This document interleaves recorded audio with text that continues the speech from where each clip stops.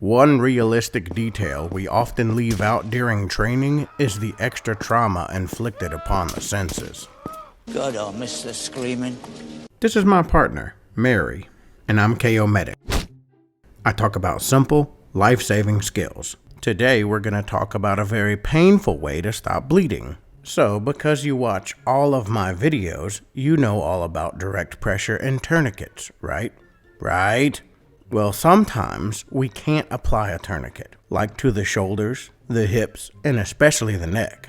Okay, this is gonna seem gruesome and torturous. YouTube, please don't ban me before I even reach monetization. This is for education purposes, I promise. So the point of packing a wound is to apply pressure directly to the blood vessel that is causing all this mess. We got a bleeder! Keep the pressure on, keep it on. First, you need to get all up in there and try to locate where the blood is coming from.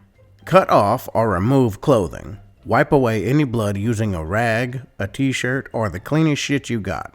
Look for where the blood is coming from, or go ahead and stick your finger in there and feel for the warm flow of blood. Again, YouTube, this is educational. Put your finger on the flow of blood. With your other hand, take a wad of clean material and pack it on top of where the blood is coming from. Now alternate using your fingers to hold pressure and pack in more material. I certainly hope your nails are clean and trimmed. Do this until the wound is packed full of your bandage material. Now take whatever is left and make a nice little wad on top. Hold firm pressure and try to ignore the screaming. You've done this before. Hopefully some help is on the way, because your new job is now holding pressure. If something is lodged or impaled in the wound, do not remove it. Instead, pack around it. If it's something sharp, use caution to not cut yourself.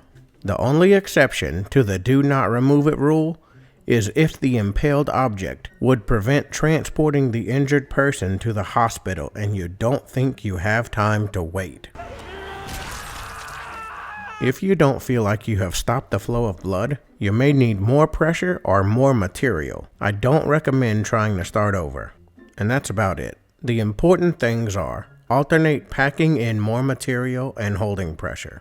Then, once you got a tightly packed wound, continue to hold pressure and wait for help. Say, "I'm sorry, I'm trying to help," a lot. Wound packing is not for use on the chest or abdomen. You see, all the organs in there are squishy, and this won't really help. Did you put some gauze, bandanas, and absorbent pads in your first aid kit? Hell yeah you did, hero. Strong work. Listen, if you enjoyed this, then here are some ways you can help the channel grow. Take care.